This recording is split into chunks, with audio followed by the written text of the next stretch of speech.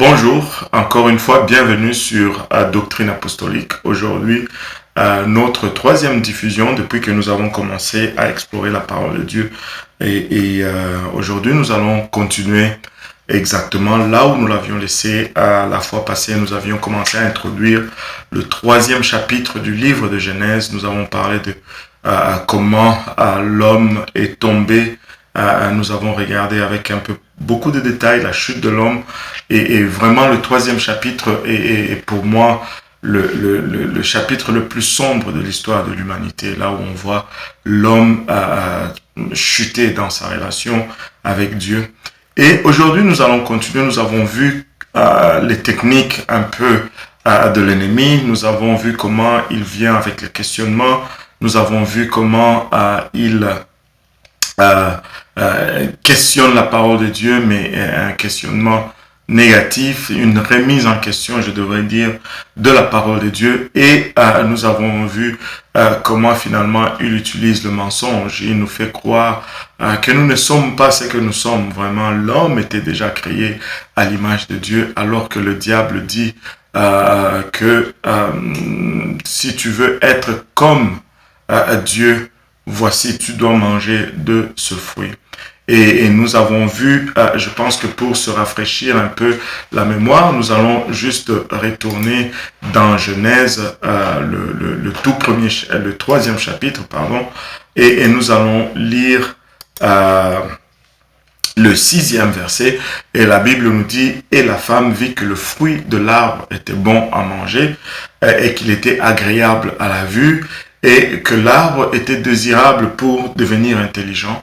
Et elle prit de son fruit et en mangea, et en donna aussi à son mari auprès d'elle, et il en mangea. » Donc, nous avons relevé 3 éléments ici, agréable à la vue, bon à manger, et désirable pour devenir intelligent, ou précieux pour ouvrir l'intelligence. Donc, ce sont là les 3 voies par lesquelles toute tentation auquel vous allez faire face vont venir. Agréable à la vue, ça parle de la convoitise des yeux. Bon à manger, ça parle de la convoitise de la chair. Et précieux pour ouvrir l'intelligence, ça parle de l'orgueil de la vie. Et ces trois voies de convoitise nous sont données dans le livre de 1 Jean, qui nous parle vraiment de ces 3 voies. Donc, il n'y a pas d'autre voie par lesquelles vous allez être tenté. Vous allez être tenté soit par les yeux, c'est que vous voyez, ou la chair, c'est que votre chair désire, ou votre orgueil. Maintenant, l'homme a échoué dans cette tentative. Où est-ce que nous pouvons apprendre vraiment comment faire face à la tentation? Nous devons avancer quelques milliers d'années pour voir le Seigneur Jésus-Christ. Au fait, la Bible présente le Seigneur Jésus-Christ comme étant le 2e Adam. Et la Bible nous dit, le premier Adam a échoué, mais le 2e Adam a réussi. Quand le Seigneur Jésus est venu, si vous lisez le livre de Matthieu, je vais chercher un tout petit peu ici, je veux citer de la bonne façon. Donc, si nous regardons le livre de Matthieu, au 4e chapitre, après le baptême du Seigneur, nous voyons que la Bible nous dit que le Seigneur a été directement transporté dans le désert pour être tenté. Et nous allons constater qu'il a été tenté 3 fois. Est-ce que c'est une coïncidence? Non, il n'y a pas de coïncidence dans la Bible. Nous allons le regarder tout à l'heure. Les 3 tentations vraiment nous parlent de 3 voies dans lesquelles nous sommes tentés. C'est pourquoi la Bible nous enseigne aussi que nous avons un souverain sacrificateur, notre Dieu, le Seigneur Jésus-Christ. Il a été tenté dans toute voie comme nous et il n'a pas failli. Donc, allons voir comment le Seigneur a été tenté et comment il a dû répondre à la tentation afin que nous puissions suivre cet exemple, appliquer la leçon dans notre vie et pouvoir ainsi échapper aux tentations du tentateur ou de l'ennemi. Donc, Matthieu 4, le premier verset nous dit, alors Jésus fut amené par l'Esprit dans le désert pour être tenté par le diable. Et après qu'il eut jeûné 40 jours et 40 nuits, il eut faim. Normal. Après 40 jours sans manger, tu as faim. Et s'étant approché de lui, le tentateur lui dit, si tu es le Fils de Dieu, dis que ces pierres deviennent de pain. La première chose que nous allons remarquer, la chose qui va toujours être mise en question, c'est notre identité. Quand le diable vient nous tenter, il va toujours nous amener à questionner notre identité. Si tu es le Fils de Dieu, dis que ces pierres deviennent de pain. Tu as faim et le Seigneur avait le pouvoir. Il pouvait transformer toutes les pierres de ce désert en pain et avoir un festin. Mais ce n'est pas comme ça qu'il a réagi. Il avait aussi la puissance. Il pouvait, en un claquement de doigts, pulvériser le diable et le convertir juste en de la cendre ou en poussière dans le désert. Mais il n'a pas agi comme ça. Il y a une raison pourquoi il n'a pas agi de cette façon-là. Et je veux vous la donner quand on va avancer. Il a répondu avec la parole. Le 4e verset nous dit, mais Jésus répondit, Jésus répondit, il est écrit, l'homme ne vivra pas de pain seulement, mais de toute parole qui sort de la bouche de Dieu. Donc, à cette première tentation qui sollicite la convoitise de la chair, le désir était là, le besoin était réel, et il pouvait justifier cela, mais il répond avec la parole. Il est écrit, l'homme ne vivra pas de pain seulement. Donc, il faut faire attention dans notre marche avec Dieu. Il ne faut pas tout simplement justifier l'état de choses. Il faut aller au-delà de cela. Il faut aller jusqu'à la motivation. Très souvent, ce n'est pas juste parce que j'ai raison. Il faut vraiment, c'est quoi la motivation en arrière de ce que je suis en train de faire. Première tentation, convoitise de la chair. Jésus répondit, il est écrit. Et laissez-moi vous dire, les convoitises de la chair ne sont pas des péchés. Au fait, c'est Dieu qui nous a créés comme ça.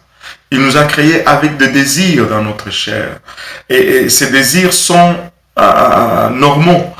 Et ce n'est pas un problème avoir des désirs.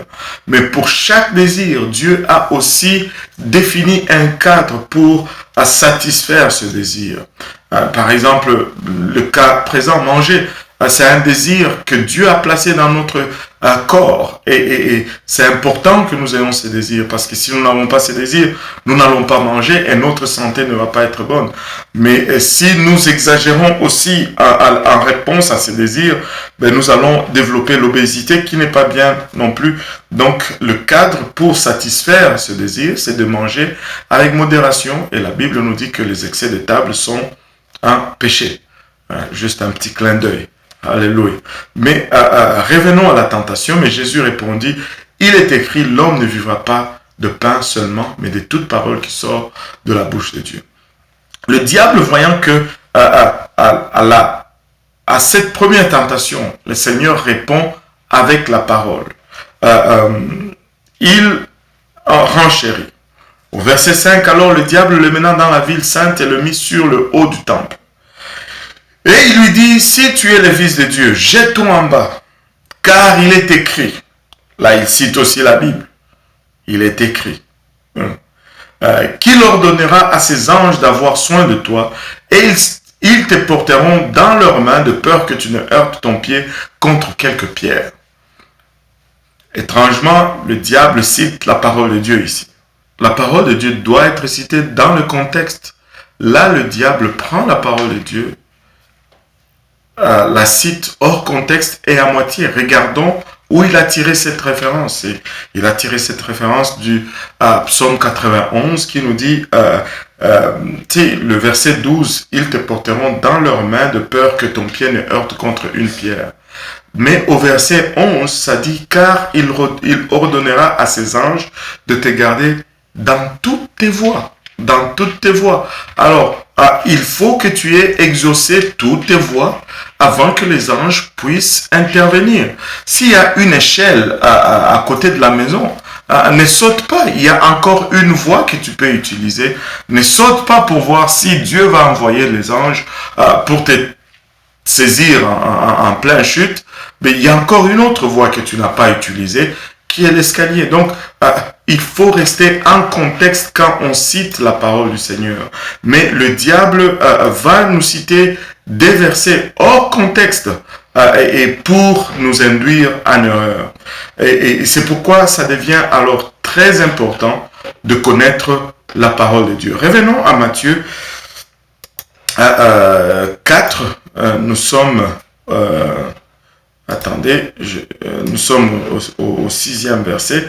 De peur que tu ne heurtes ton pied contre... Et là, Jésus répondit, il est aussi écrit, tu ne tenteras point le Seigneur ton Dieu. Si tu as d'autres voies, pourquoi tenter Dieu? Donc, première tentation, convoitise de la chair, le Seigneur répond, il est écrit. Deuxième tentation, l'orgueil de la vie. Au fait, le diable veut pousser le Seigneur à prouver qu'il est important. Saute un peu, voyons si tu es important, si Dieu va donner cet ordre à ton sujet. Donc, troisième tentation, le diable le mena encore sur une montagne, verset 8, fort haute, et lui montra tout le royaume du monde et leur gloire. Là, c'est la convoitise de Dieu. Il lui montre, il lui fait défiler tout. Le livre de Luc nous parle même de regarde. Et il lui dit, je te donnerai toutes ces choses si tu te prosternes et tu m'adores. Alors Jésus lui dit, arrière Satan, car il est écrit, tu adoreras le Seigneur ton Dieu et tu le serviras lui seul. Aux trois tentations, la convoitise de la chair, le Seigneur a répondu, il est écrit. La convoitise des yeux qu'on vient de voir en dernier, le Seigneur répond, il est écrit. L'orgueil de la vie qu'on a vu en deuxième, le Seigneur répond encore, il est écrit. Et cela établit une leçon importante pour nous. La façon de répondre à la tentation du diable, c'est avec la parole de Dieu. C'est pourquoi il est important de la lire chaque jour. En fait, nous exhortons tout le monde, nous vous encourageons à lire votre Bible chaque jour, à commencer à la lire de Genèse jusqu'à Apocalypse, afin que cette parole rentre dans nos cœurs. Au fond, c'est le psaume 119, verset 11, qui nous dit, presque tout le monde peut citer ce verset, « Je serre ta parole dans mon cœur afin de ne pas pécher contre toi. » C'est la parole de Dieu qui nous aide à ne pas pécher.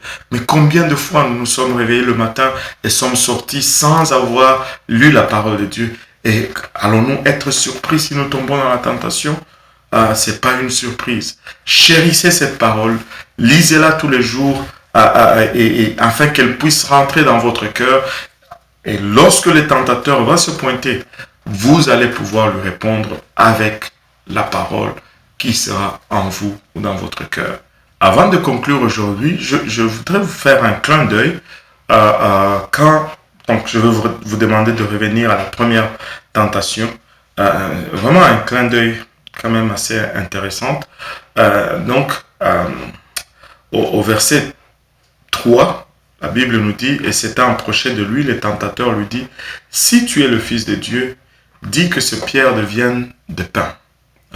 Si tu es le Fils de Dieu, change ces pierres en pain et mange. Et le Seigneur nous dit, ben non, il est écrit que l'homme ne vivra pas seulement de pain. Donc, le Seigneur n'a jamais changé les pierres en pain. Pour ceux d'entre vous qui ont un certain âge, vous allez probablement vous rappeler, à une époque, il y avait une famine en Éthiopie, et là, tous les grands musiciens ou les stars de Hollywood ont fait un album dont les profits venaient en aide à l'Éthiopie. Et l'album était intitulé We Are the World. Et dans cet album, la chanson thème c'était We Are the World. Et il y avait une section qui était chantée par Michael Jackson, qui était le roi du pop à l'époque. Et cette partie disait ceci. And as God has shown us, by turning stone to bread. Et en fait, il est en train de dire dans la chanson que comme Dieu nous l'a montré, en changeant les pierres en pain, apprenons aussi à donner un coup de main ou à aider les autres. La raison, la motivation était bonne et il y avait beaucoup d'activités autour de cela, une bonne raison dans l'apparence, mais quand tu entres dans le sens du texte, au fait, il est en train de chanter le contraire de ce qui est arrivé. Jésus n'a pas changé les pierres en pain. Il a refusé de changer le pierre en pain. Il a dit que l'homme ne vivra pas seulement de pain. Mais eux, ils sont en train de chanter et de célébrer l'échec du Seigneur. Alors que le Seigneur a gagné cette bataille de tentation dans le désert. Vous savez, le chrétien doit être très alerte en ce qui concerne la musique. La musique peut sembler bonne, peut sembler innocente, mais le contenu n'est pas toujours si propre que cela paraît. La musique est un élément particulier. La musique n'est pas un élément terrestre. La musique est un élément qui vient du ciel. Et notre cerveau est conçu de sorte que si je vous parle de choses qui vous sont offensants ou désagréables, il y a un filtre qui bloque mon discours. Mais les mêmes choses, si je les chante, le filtre n'est pas capable de le retenir. C'est pourquoi dans chaque publicité que vous allez voir, il y a toujours de la musique. Ça, c'est pour nous permettre d'absorber ce qu'ils veulent nous faire acheter ou nous faire croire. Donc, comme chrétien, vous devez veiller à la musique que vous écoutez. On va s'arrêter là pour aujourd'hui et nous espérons que nous avons été d'une quelconque aide. Et on va vous rappeler de ne pas oublier de souscrire et d'appuyer sur la cloche si vous voulez recevoir des notifications pour nos prochaines diffusions. D'ici là, que le Seigneur vous bénisse. Au revoir.